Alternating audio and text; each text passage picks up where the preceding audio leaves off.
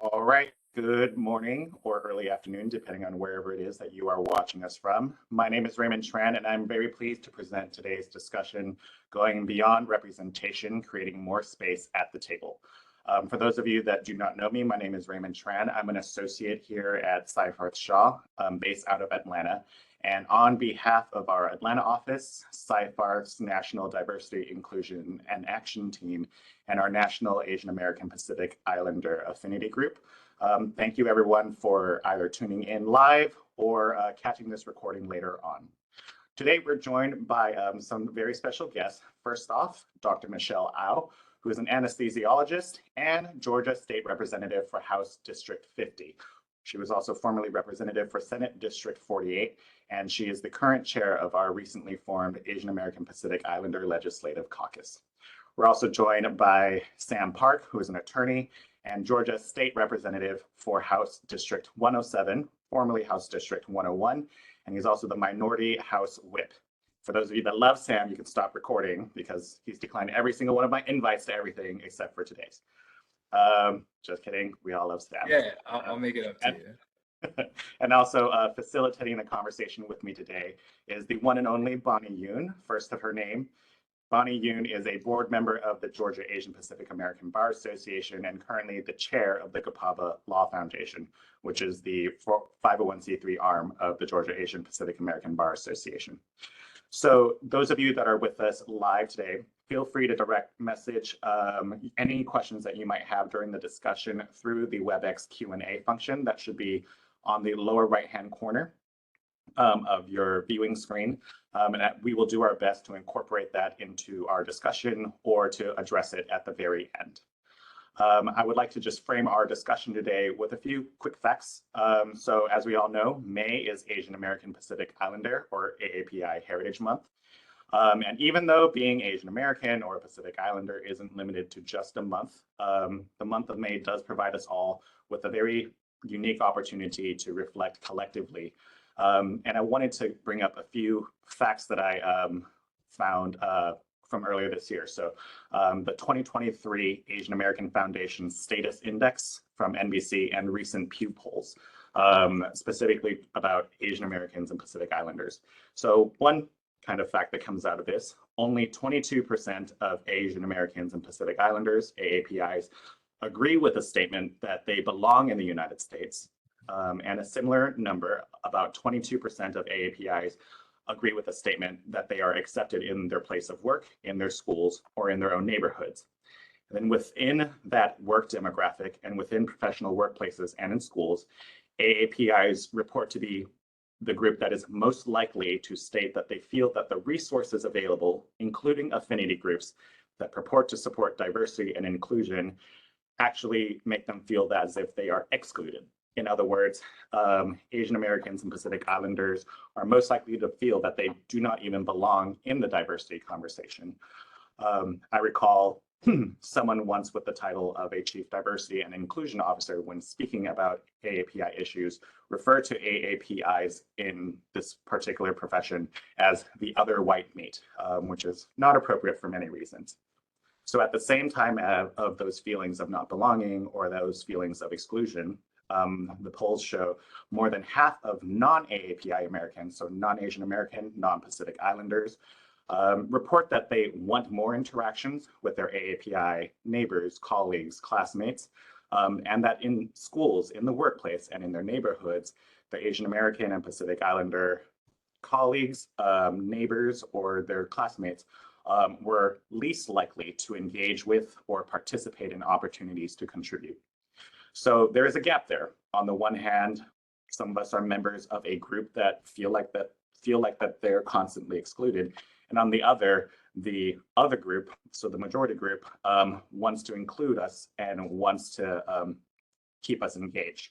So that is why we are starting this discussion off with going beyond representation, more than just checking a box, and really wanting to make sure that we create space at the table, not just for today and in our workplaces, but just for long-term change for us all. I'm going to kick us off with some fast facts. And the way we're going to do this is I'm going to make a few statements, and I'm going to ask my guests here to raise their hand if the statement is true to them. So I'll start off with an easy one. raise your hand if you live in Georgia. All right. Raise your hand if you have lived in Georgia for more than 10 years. Raise your hand if you were born and raised in Georgia. Just sad. Raise your hand if you've never thought you would ever run for office. Okay. Raise your hand if during your first campaign, you didn't think you were going to win. All right. Raise your hand if you have been mistaken for the other Asian in your place of work. And raise your hand if you've been mistaken for the other Asian while legislating in the legislature. All right, and on that last question, I think it's interesting for two reasons for me. On the one hand, we all understand that moment, but it also implies, to kind of frame it positively, that there's more than one, which is great. So, Bonnie, would you like to take us to the first segment? Yeah, so I kind of want to set a cinematic stage here. And for better or for worse, Georgia really has kind of become an epicenter for API visibility and representation. So the pandemic hits 2020. The virus is often labeled as the China virus. We see the exponential rise in anti-Asian hate and violence. March 16, 2021, the Atlanta spa shootings, where 6 women of Asian American heritage are killed. And then now, in January 2023, Georgia astounds the nation with the announcement that we have elected the largest AAPI legislative caucus in the continental United States. I see both of you at the steps of the Georgia Capitol. It's not 2, it's not 5, but 11 members of the Georgia House and Senate, bipartisan, diverse, encompassing the first Palestinian American, the first Pakistani American man and woman, the first Korean American woman, the first Vietnamese American man, and with Marvin Lim, previously elected, the first Filipino American, and the first Muslim woman elected to the Georgia State Senate. So many firsts. Asian American Avengers unite, right? So since today is really sort of this AAPI superheroes unite theme, I want to delve a little bit into your origin stories. Sam, can you share a little bit about, you grew up in Georgia. Your middle name is Lauderdale. How did this happen? And tell us a little bit about growing up Korean American in Georgia. Sure. So, I think my middle name being Lauderdale is a good reminder of where I'm from. So Lauderdale is kind of a namesake of a Southern Baptist pastor who took in my family when they first immigrated here in the late 70s, early 80s. I kind of grew up a Southern Baptist, being, born and raised here. We were very, very close to their family, so we had Thanksgiving dinners, Christmas dinners. Learned my Southern food, and my taste buds developed my love of Southern food certainly during that period of time. But yeah, that's how I got my namesake. Growing up in the South as a Korean American, I think I've certainly always had the experience of being on the outside or being the only one. But despite the challenges that come with it, I think there are also some really important lessons that I learned along the way. One certainly being learning how to better empathize and understand, and to really ultimately build diverse coalitions, which is something that's been incredibly important, and a key to my success in part in how I've been able to get to where I am today. Thank you, Sam. Michelle, you grew up in New York, right? And you're a Wellesley woman. How did you end up in Georgia? Great question. First of all, I want to say if we're doing an Avengers theme, then I want to be the Hulk because of my prodigious size and strength, obviously. It's clearly. So you're right that I did grow up in New York. I lived in New York for 30 years, really my entire adult life until I moved down to Georgia about 15 years ago. And I moved down to Georgia for a reason that a lot of people do, that we were located down here for educational opportunity, education, and jobs, right? So I came down here because my spouse was doing a fellowship at Emory University. I had just finished my medical residency at Columbia University in anesthesia. And oftentimes, right after residency, you do a fellowship to do some subspecialty training. And the thought at the time when we moved down, which was in 2008, was that we would come down, do our 2-year stint getting this fellowship, and then move back to New York, which I think a lot of people kind of initially tend to think of Atlanta or Georgia as maybe like a way station to the next thing. However, what often also happens, and what I've seen in a lot of sort of expatriates that are here, is that you come and you stay, and your kids go to school here, and you build networks and relationships, and you build a new family, and you look up, and 10 years has passed, and you realize that you've been in Georgia for that long, and it's your home, and this is your new family.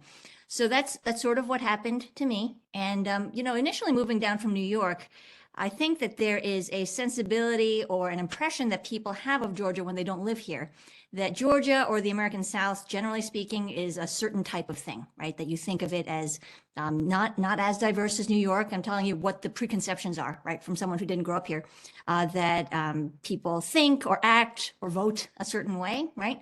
And the more time I spent down here, the more I realized that this was not the case at all, right? That, as we can see, especially now in the past decade or so, that Georgia is increasingly diverse. It's increasingly international, especially the metro Atlanta area. And I think that bodes for some of the change we've seen, not just culturally, but electorally. And I think that has enabled people like me and Sam to be elected and to be serving the people that we do. So I'm happy to be part of the story and happy to be representing what I think sometimes gets discounted in the political space, because in politics, people love to say, like, I'm a 10th generation Georgian. I've been here for, this many, years. My family's been here. I'm a real Georgian, right? That there are many ways to be a real Georgian, and there are many ways to represent the people who live here. And I'm happy to be part of that story. Well, I actually think you're a perfect representative, because which Atlantan can hardly call themselves native at this point, right? And I too came down, planned to stay for 2 years, and here I am 30 years later. Now, Sam, you went to law school. I'm reaching out to the Seyfarth legal audience here. What made you decide to go to law school and then convert that into running for office? So believe it or not, I was not the greatest student, but growing up, You're not a model minority? unfortunately not. But no, growing up in Georgia, I think I had kind of a typical immigrant background, or typical background growing up in a low-income immigrant household, in which it was always financial stability that was something we always strived for. And so as I was trying to figure out, my next steps after undergrad, I'm certainly trying to figure out the best way, the most efficient way to provide as much financial stability for my family was a key factor in my decision making. I always enjoyed political science, reading, writing. Those were always skills that kind of came naturally to me. And I decided to apply to law school as opposed to graduate school for economics, which was kind of my other choice, my other interests at the time.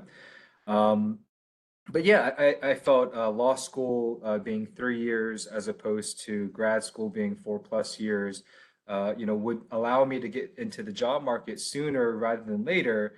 But once I started law school, I realized, law school may not be exactly what was cut out for me.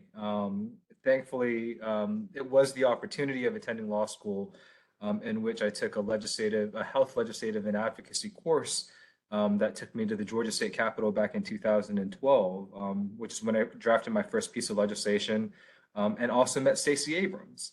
But without a doubt in my mind, I think law school has been incredibly valuable. I still practice. I serve as general counsel for an AIDS service organization working to end the HIV/AIDS epidemic. But it's equipped me with incredibly valuable skills that are helpful both in terms of my work as a nonprofit attorney, but also in the legislature and being able to read, write, speak critically, and really understand and help shape the law here in the state of Georgia. Mhm. Well, Michelle, you are a physician, an anesthesiologist. Did you ever envision yourself becoming a lawmaker, and what was your thought process since you're not an attorney among everybody here? I hope no one holds it against me that I'm a doctor, because I know sometimes doctors and lawyers don't play nice together, but forgive me, please. I went to med school. I did the other thing. So, no, I never thought I was going to run Oh, you did for. the preferred Asian thing. I The one know, that- I know. And my parents are both doctors, so I'm just like, oh no, I'm living the stereotype. It's happening. Can't stop it. No, I never thought I was going to run for office. It's not really something, and this is part of a bigger conversation. It's not something that was actually ever introduced to me as a possibility when I was growing up as a kid, and not in any way that was exclusionary. It just was not part of the discussion of things that people did, right? And I think especially in medicine, maybe more so than in law, that it is sort of like a step beyond what we're used to doing and that we have a sort of a ready facility or access to. But the reason I kind of got to where I am now was not a straightforward path, which I think is also important that people understand that sometimes you get to the end goal, not in a linear way, but in a circular way and saying yes to things that come up.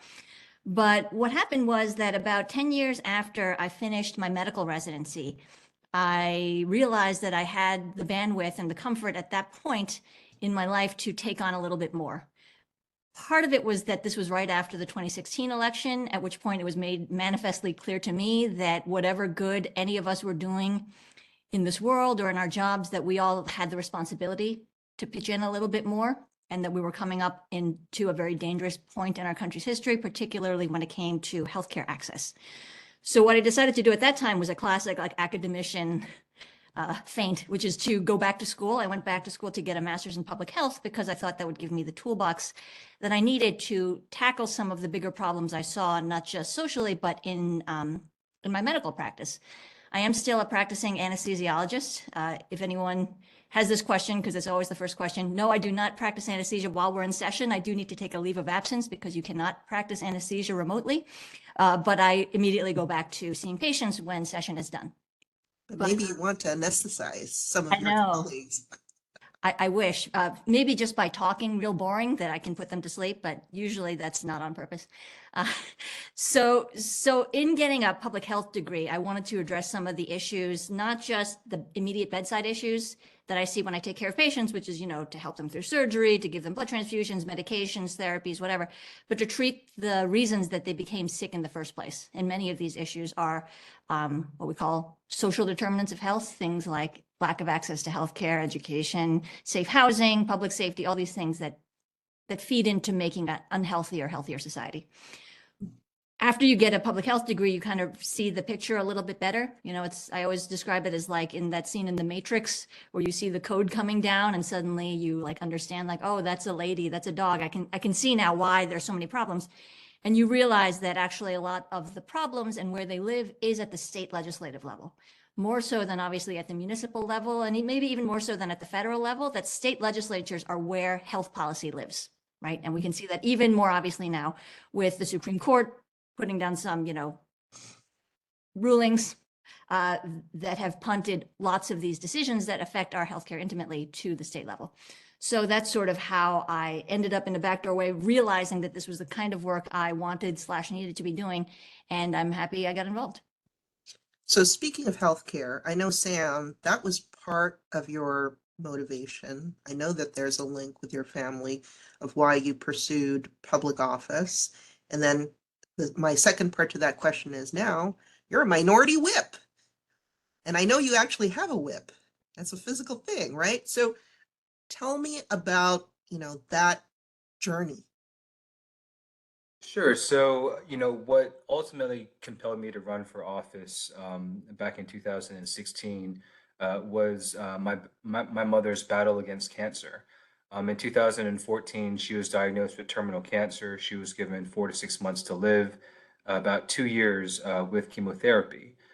It was Medicaid and Medicare, public health insurance, that gave her a fighting chance. But going back to 2014, almost a decade now, at the beginning of that year, and that's when I was just really beginning to get involved really with public policy and elections. 2014 was the first big campaign that I joined. I was on Jason Carter's gubernatorial campaign at the time. The Republican-led legislature blocked Medicaid expansion for political reasons because it was a part of the Affordable Care Act. At the end of the year, again, Medicaid became a critical financial mechanism for my mother to continue to receive life-saving health care. So the big policy issue became suddenly personal to me, and really understanding that there are more than 500,000 Georgians who are in a same who could be in the same situation, who did not have that access to health care, was something that broke my heart and something I felt like I had to do something about. Since we're talking about or since we have the theme of the Avengers, one of my favorite quotes is from John Lewis, in which, it's ordinary people with extraordinary vision that change or that redeem the soul of this country, right? That's the history of this country, in which people from all walks of life, who aren't born necessarily into privilege, but who care about something, who feel that something's not right and that something needs to be done. Those are the folks who have ultimately shaped this country throughout our history. And so, kind of along the same lines, it was out of hardship and struggle that ultimately I felt something needed to be done. And that's why I ran for office. I didn't think I was going to win. I was challenging a 3-term Republican chairwoman in a +8 Republican district at the time. But again, in building a multiracial coalition and sharing that story and being vulnerable, and building that empathy and trust with the diverse coalition, I became, I think, one of only 2 Democrats that won that cycle and ended up winning the very same night that Donald Trump became president of the United States, which was a very surreal experience.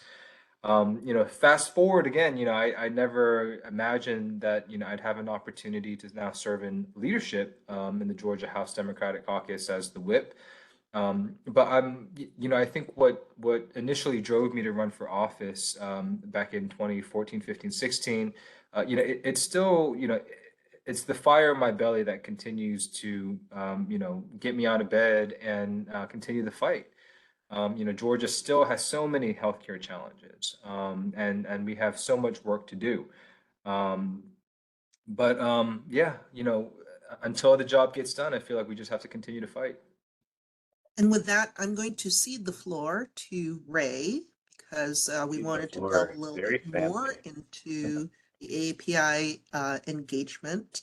So pass the baton, Ray. Sure, pass the whip.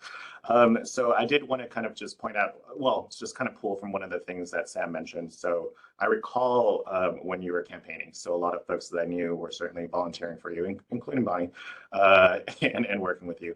And I appreciate that you were sharing. It's the first time I think I've heard that story. And you were talking about the moment where, it became very personal and you felt very compelled that this was now something that you had to do. And in Dr. Au's case, I recall when you were making the decision to run, I don't know if you remember this, but you were at a NACA event when I was on the board of it at the time.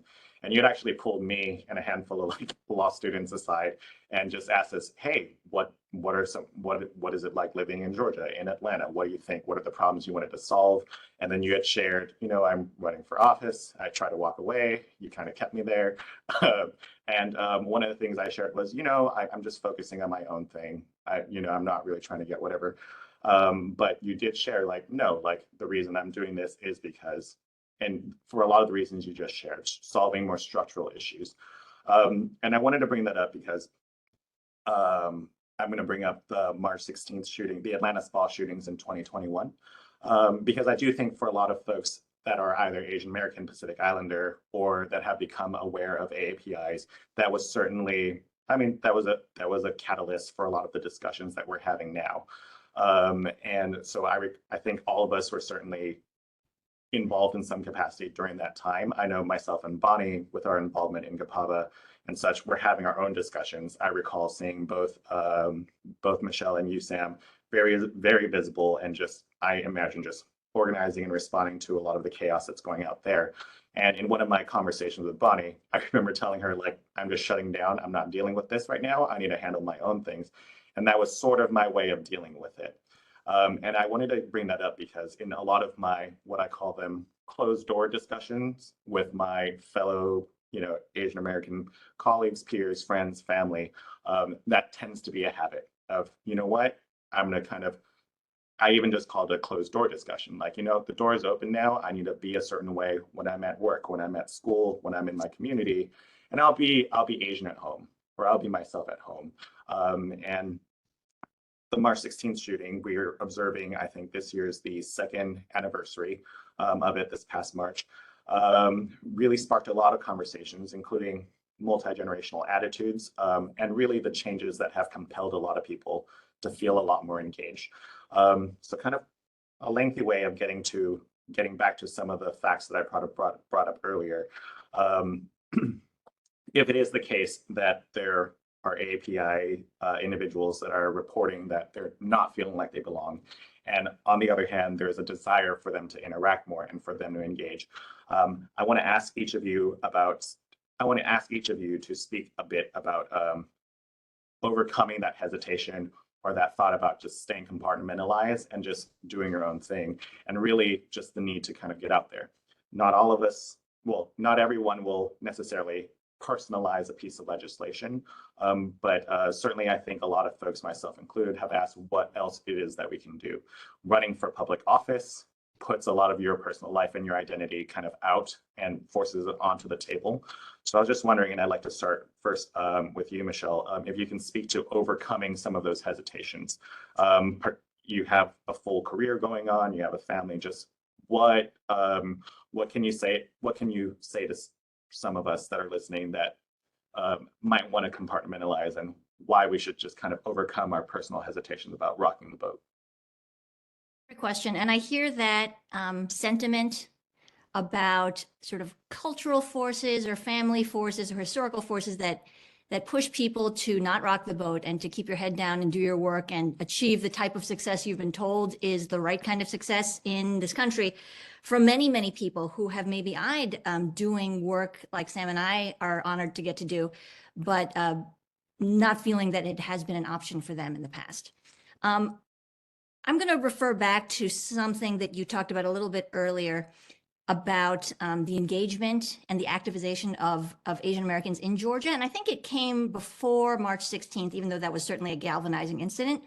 One of the things that I think really sparked people, because it was so public and so obvious, was the election results from 2020, right? That was, of course, presidential year when Donald Trump was running against Joe Biden, and we had a couple of Senate races in the mix also. And what happened that year was that we saw, particularly in the state of Georgia, that AAPI turnout went up in historic numbers. And in Georgia, I think it went up about 84%. I don't know, I say about, I know exactly what the number is, it's 84%. And not only was that notable and historic in a state like Georgia, it actually was the margin of difference that tipped Georgia over to become the state it is, which is a state that elected a Democratic president, that elected 2 Democratic state senators, sorry, not state senators, US senators, which is something that I think if you'd asked us a couple of years ago, we would not have thought necessarily was plausible, right? So I think having those numbers and having that power exercised in a very visible and demonstrable way really made people realize that this is more than talk. It's not just about representation as an ideologic, imperative, but actually as an effective way to enact the type of change that we talk about, like you said, in closed door conversations or amongst ourselves. So I think that empowered people to a great extent. And then really right on the heels of that, we did see the shootings on March 16th, which affected the Asian American community in Georgia very deeply, right? And it brought to the fore a lot of the issues that we'd been talking amongst ourselves about for quite some time, even before March 16th, which are these issues of, first of all, representation in the rooms of power, how Asian Americans are depicted and seen and processed in American society, in particular, the stereotypes and the pernicious harms that are levied on Asian women with respect to some of the stereotypes that people reflexively defer to when they talk about or think about Asian women. And also with respect to public safety and gun violence is something that I hear quite a lot about in our communities and was exemplified very viscerally in this crime where a gunman purchased his gun that morning and by that evening had used it to murder 8 people, of whom 6 were Asian women, right? So I think that coming on the heels of sensing that power and realizing that there were paths, not just to obviously mourn and grieve for the tragedy we saw, but to pivot that energy and that galvanization into actual legislative change was something that people felt ready to do in that moment. So when you talk about why we step up and why we take away time from our jobs and our families and our private lives to do this kind of work, it really is a sense of responsibility, right? That we are honored to have the chances that we do, the opportunities that we do, especially having been elected, to enact the kind of change that people really supported us and got behind us to be able to do this work, right? So I think that part of March 16th coming so soon after the election was sort of, it exemplified the ways in which we were elected to be here for a reason, right? And I think that we, as the Legislative Caucus now, as 11 people, but even at that time, just as 5 of us, were able to use that energy and, support to drive the kind of change that is long range, but is the kind of change that we were elected to enact. Mhm. Sam, I'm going to try to tailor the question just a little bit, given I know a lot of the folks that are tuning in went to law school and graduated from law school. So similar question as far as overcoming sort of the hesitations that one might have to raise their hand to go into leadership or to go into some form of service. But one of the kind of points I wanted to ask was, I think a lot of times attorneys or law students, and certainly AAPI attorneys, AAPI law students, go in and then they're very much focused on performance, right? And by performance, I just mean workplace performance. What interview are you getting? What grades are you getting? Are you being elevated to partnership? What your billable hours are? As Michelle described, sort of that picture of success that we're accustomed to. There was an interesting conversation that I had with several colleagues that brought up, and it made me think of for the first time, saying that, a lot of the AAPI attorneys, particularly those working in private practice, are certainly valued for their labor, for their tax contributions, for their economic value, and just being hard workers in the workplace. But they're not always valued as individuals and as people. So you've spoken certainly about finding sort of that personal tie and connection that drove you to do more. So I was just wondering if you can speak to not necessarily the external attitudes, but have you observed any, I don't want to say an internal attitude, but are there other shifts that you have observed during this time and since you've been serving in public office? Most certainly, and to kind of add on to what Michelle was saying as well, she said the word responsibility.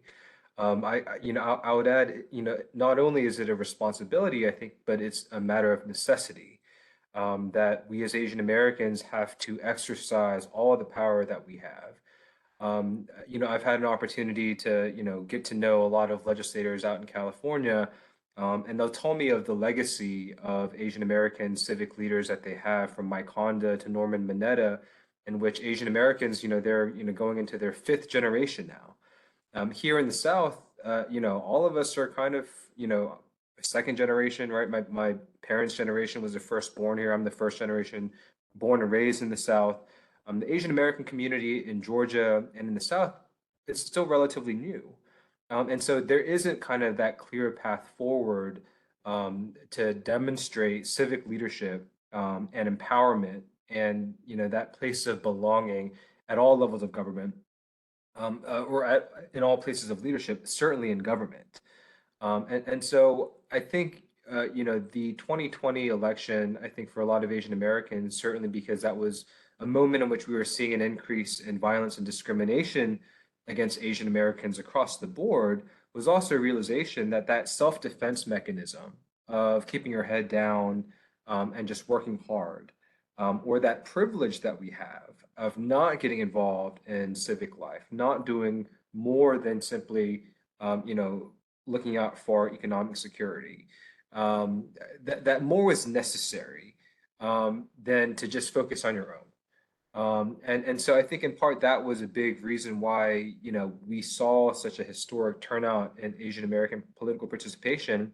And it's that positive cycle, right? In which I think as we saw more Asian Americans getting engaged, going back to 2016 and 2018, in which we then saw more Asian Americans getting elected to office in Georgia, as Asian Americans across the board from all of our diverse communities, South Asian, Chinese, Vietnamese, Korean American, as we saw ourselves reflected in government at the state and local level and started to realize like we can do this too, not only that it's a matter of necessity and our own personal safety, which is necessary for us to prosper, but that again, there's space for us here.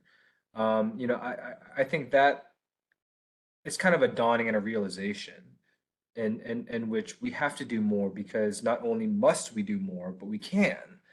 Um, I think for a lot of us as well internally, it's a challenge because we have to put ourselves out there, and it's not easy, kind of being in the public eye and being subject to criticism and attack.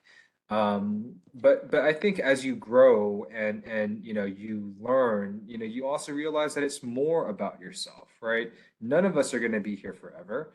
All of us are kind of paving the way for the next generation of Asian American leaders, just like all the other folks paved the way for us.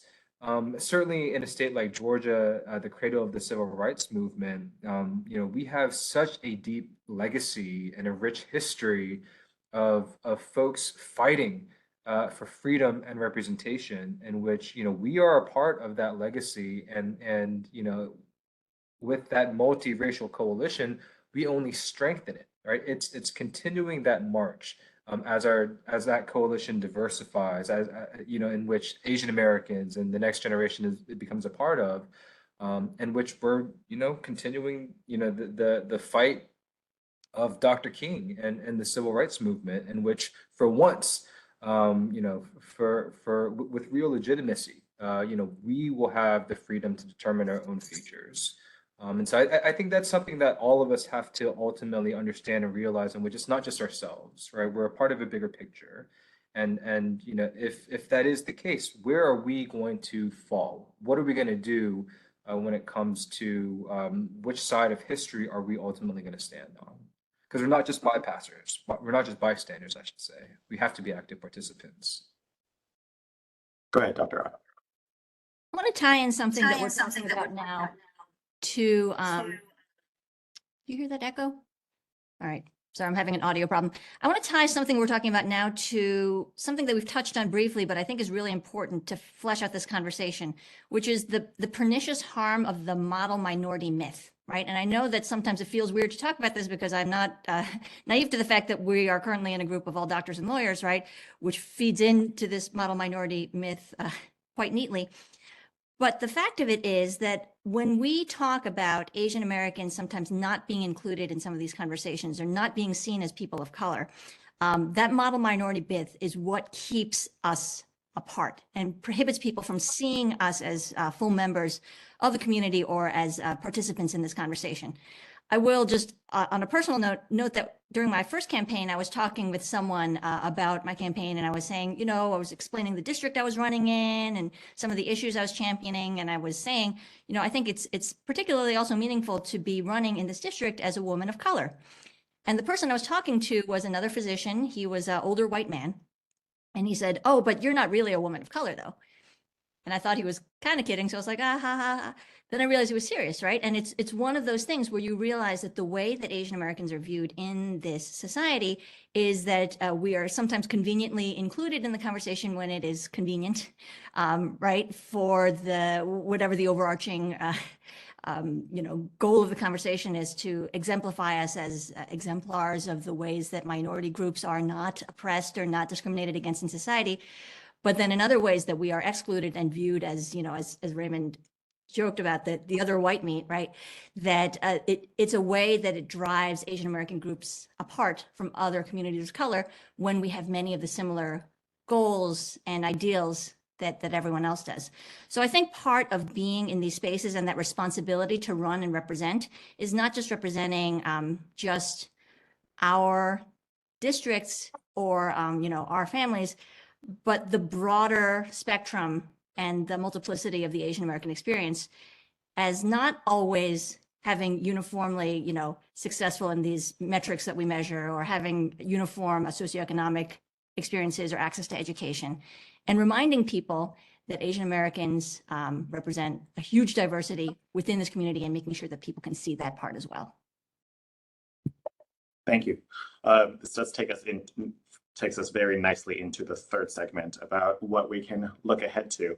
And I want to start this off before I hand it off to Bonnie with a question sort of about the Legislative Caucus. So, you know, lovely thing that it happened. And Sam, you were quoted, I'm not going to quote it exactly, but you were kind of quoted saying that, you know, the creation and formation of the AAPI Legislative Caucus really just ensures that the AAPI community in Georgia will always have a seat at the table. And me kind of just being the snarky person that I am, when I read that, I just thought, well, you know, that implies, frankly, that there will always be AAPI legislators. And if not that there will always be AAPI legislators, that there will be citizens that are voting and continuing to engage in that. So I did want to hear from you, and well, from both of you, but starting with Sam, just from your perspective, when you're kind of viewing the community and your constituents, what is it that you see that is a need, not necessarily for like more people to run for office, but what are the needs from the community, from the greater ecosystem to make lasting change like that possible, not just in the legislature, but just in our communities generally? I think voting needs to be habitual. You know, it needs to be something in which Asian Americans are engaged in every single year, at the municipal and the state level. You know, as American citizens, it is our responsibility, but also one of our greatest strengths, which empowers us to ultimately determine the direction of our communities, our state, and this country. You know, I'm incredibly proud, and I think you're 100% right. The snarky is on point, right? In which, you know, it is contingent upon there being other Asian Americans. It's contingent upon there being Asian Americans voting, with the caveat that, of course, you know, there's not a single district in the state of Georgia that's majority Asian American. Every single Asian American elected official has been able to build a diverse coalition, I think in part because we've been able to find those common grounds, and I think because of our experience, right? And not necessarily always belonging, but, you know, I think maybe developing a finer sense and ability of empathy and understanding, in which we can serve as that bridge. I think there's that greater inclination, since all of us, especially given our personal upbringings and experiences, have had to bridge, you know, American culture with the culture of our motherland, which I think every immigrant has to have done in one way or another. But absolutely, I mean, I think the caucus in and of itself, which I'm so proud of, especially since, you know, when I was first elected, I was one. I was the only Asian American legislator in the state out of 236 elected folks in Georgia. To now have 11, I think, you know, not only demonstrates the strength of the Asian American community, but again, the brilliance of the next generation of Asian American leaders in the South, which we're so lucky to have, certainly with Dr. Al serving as our first chair of that caucus. But, you know, for us, again, I think it always comes back to like yourself, right? And a culture shift in which we have to demonstrate that this is our country, right? As American citizens, you know, we're not just visitors here. You know, this is our home. And if we want to really demonstrate that, and if we want to pave the way, not for folks who, you know, may come generations later, or folks that you may never meet, but for your own family, right? For your kids, right? We have to demonstrate that, again, by voting, by running for office, by getting civically engaged, by trying to better our communities, right? By calling out injustice and getting involved, which strengthens those coalitions. We have to lean in, as opposed to just focus on taking care of ourselves. And I think in doing so, you know, we make this country stronger and we solidify our place in our history. The last thing I'll say is just, you know, I think a lot of Asian Americans in the South, they're somewhat disconnected from the long history of Asian Americans, right? This country is relatively young, especially if you're looking at Korean, Chinese, other, you know, Asian communities or cultures that are thousands of years old. This country is what, 230, 50 years old when all is said and done. It's still new, even though we're the oldest democracy in the world. And Asian Americans being in this country, you know, we've been here from, you know, for about 150 years or so, if not longer. And we've spilt that blood, sweat, and tears throughout this country. And so we have to know our history and see our place in it as potentially and perhaps as a new chapter, especially in the American South. Thank you, Sam. Not to translate civic engagement and civic responsibility into billable and non-billable talk for my big law colleagues and folks that are here, but I did think that it would be timely right now to kind of just draw a parallel. You know, a lot of times in our careers, there's the billable work that we have to do. You keep your head down, just kind of knock it out. And there's so much that's asked of us that's non-billable, things like taking ownership, showing up, taking control of your career and just your team, and just finding other ways to contribute. And we're often pushed to tell, hey, if you do that and if you do those extra things, not just because you can, but because really you need to for lasting change down the road. Certainly, I'm talking about just your career. But if you do that, you can actually make a lot more impactful change down the road. And it doesn't escape me that when I was very hesitant when I attended law school here in Atlanta to join an Atlanta-based firm. Particularly when my first year, I was at a firm where there were other Asian Americans, but I was like, I didn't quite feel it. And then I was joining this firm that at the time I didn't see many other Asian American colleagues. But then real quickly, like in my third year, the folks that were not just in my firm, but in my department were Asian American, and they were killing it, right? So it does not escape me the impact that knowing that I have a colleague like a Stacy Pick or a Denise Tokunaga just taking the lead and just doing great in their careers, and just how much that pushes me to do more. And every so often when I think, let me just bill my hours and not do anything extra, I think of the impact that they've had on me, and to really try to find a way to do that just within my own corner. I did see that, Michelle, you're raising your hand, and I did kind of want to pivot the question to you also. Just, is there anything else in the ecosystem, maybe even in our own lives, whether it's with your kids at school or whether it's in the workplace or just other things that are helpful to your efforts? So just to extend on what Sam started talking about, and to expand on some of the work that I see GPABA is doing also, is that the important part of what we do, many of us who are in these seats that we have been the first or the only for quite a long time, right? And that's important to break the seal on some of those restrictions that we've had. And it's great to be the first, but really the goal has to be that we're not the last, right?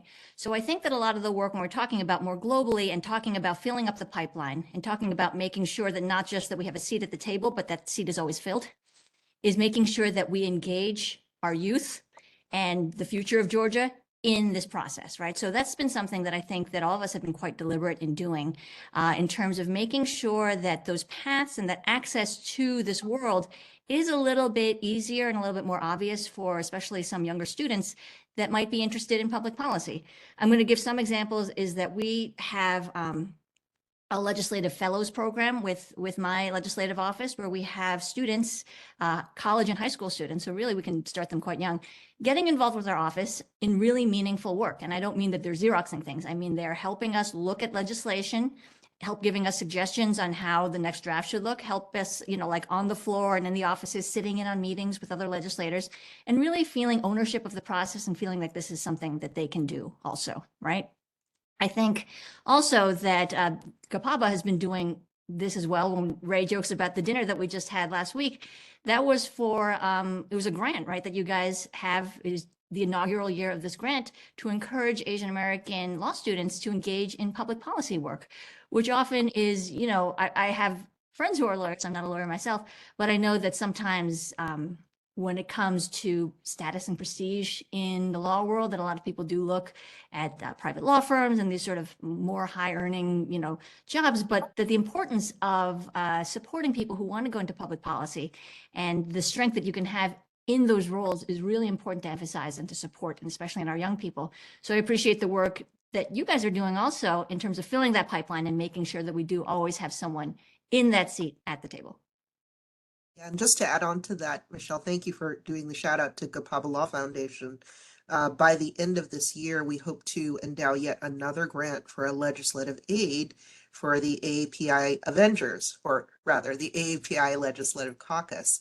And so following that vein, we hope you're going to continue to cultivate this pipeline. What specific things are you doing to build the pipeline and recruit others, maybe to consider public office or leadership roles. And, I'm very interested in that since I'm also a recruiter myself. All right, so I'll just start for some of the things that we've been doing in this caucus. This caucus is in its first year, so we are really building out the reach that we have and the type of work we would like to do.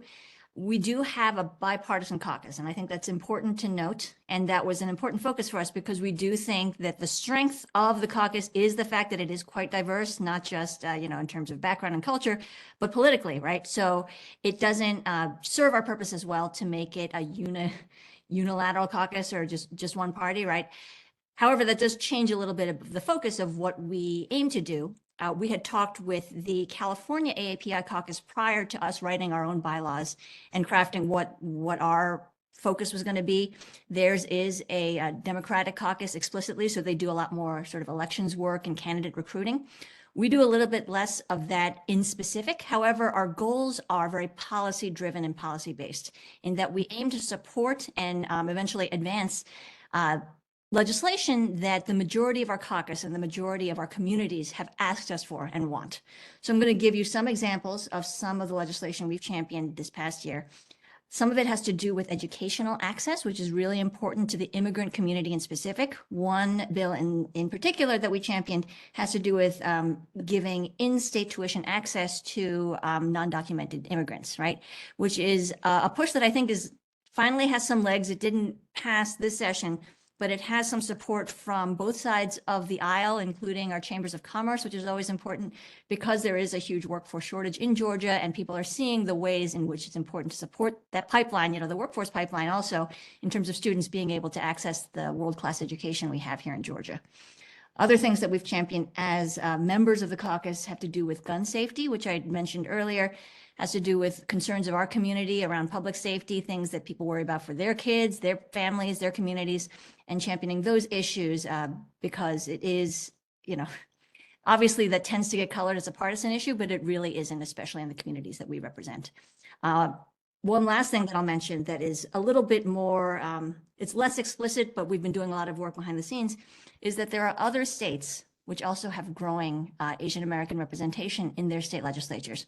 So I've talked to members of at least 2 other states who are also interested in forming their own legislative AAPI caucuses and really looking to us as Georgia for how we can do that, right? The same way that, we all stand on the shoulders of giants, right? And the best we can do is also to help people who come behind us to help them, get to where they want to go also. So in terms of sharing our experiences, I've shared our bylaws with other states and helping build AAPI power, not just in Georgia, but also nationally. And I'm sure if you need some help with those bylaws, there are a lot of Seyfarth pro bono attorneys ready and waiting to continue to help. Lost me at pro bono, but I'm just kidding.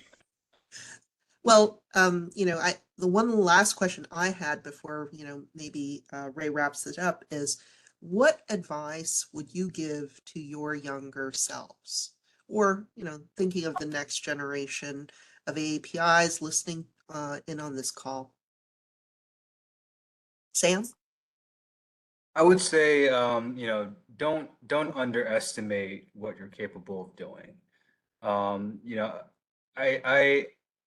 Running for office is not the only way to demonstrate leadership or to give back to your community. I want to see Asian Americans across the board, rise up in the private sector, public sector, nonprofit sector, because again, we're a critical part of, American society. At least when it comes to the public arena, and as to politics, I'm constantly reminded that, sometimes it's the smallest things that can have a world of difference. You don't know the ultimate impact that you can have, especially if you just focus on trying to do as much good as you can.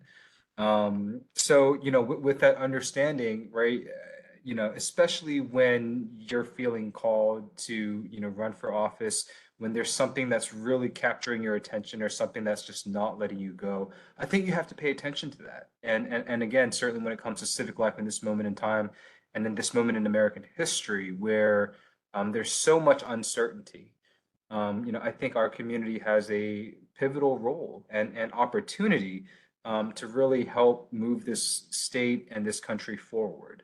But again, I think what at the very least is required, that first step is to not sell yourself short, not to allow your own self-doubts to creep in, and realize you're capable of a lot more than perhaps you think. Michelle? I think the advice I give is advice I give to a lot of young people, because I do end up getting invited to a lot of talks for students and trainees, that life is not linear, and you should not view your path or your aspirations in life as a straight line.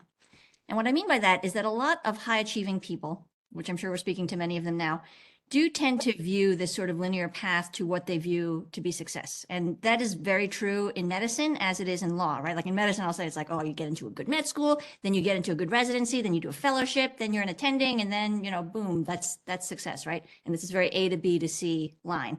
Same, I assume, in law. I'm not a lawyer, but I assume it's like, go to law school, get an awesome clerkship, get hired at this awesome firm, and you make partner. And then it's like, yay, we did it. Life is not linear in that way, right? And I think that when we think of life as linear, we end up closing ourselves off to a lot of opportunities that could be a path that leads you to the type of success that you didn't even know you were looking for, right? So what I advise young people to do is very simple. It's very abstract, but it's also concrete in a way, is say yes to things, right? When people present you with opportunities or ask you to join in on things that seem a little bit maybe far afield from what you think your linear path should be. For example, when someone says, hey, you should run for state senate, doctor. And I'm like, what? That's a crazy thing. That's not on my path to success. Say yes to things. Keep yourself open to these possibilities, because when you allow yourself to say yes, you have worlds opening up to you that can give you really a path to the kind of access and, frankly, power and influence that you may not have realized was available to you. So that's what I would advise young people. Yeah, that's a great piece of advice, particularly when I've heard no a lot from Ray and Sam. But with that final segue, Ray, would you like to bring us to the finale? I'll wrap up with just 3 quick words. So thank you again for everyone for joining us, and certainly to Dr. Au and Sam Park, and to you, Bonnie, also. I do want to thank and give a shout out to our Seyfarth Asian American Pacific Islander Affinity chairs, who were gracious enough to support me in doing this.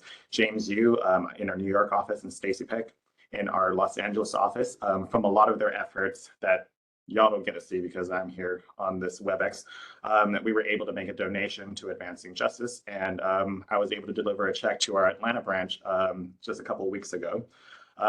For anyone that's interested in learning more about the work Bonnie and I do for the Georgia Asian Pacific American Bar Association Law Foundation, supporting the public interest law scholarships and otherwise, you can check GAPABA out at gapaba.org, gapaba.org. And I do just want to ask for the people, Dr. Au, Sam, if people were interested in following you, learning more about you, do you have a website or a handle or whatever the things are that people use today to find you that you can share with us? Sam? So Rep Sam Park on Instagram, Sam for Georgia. It's my website, Twitter, and Facebook. I have this card on my desk because I'm very high tech. This is what it is. Just because my last name, like many Asian people's last names, is a little bit like, it just confuses people so much when I say my name because it's 2 vowels. So it's alforga.com. That's my website. This is my email. This is my handle, is this. It's very short. Thank you all very much. And with that, thank you all, and thank you everyone for tuning in. Have a great May and rest of the year. Thanks, everyone.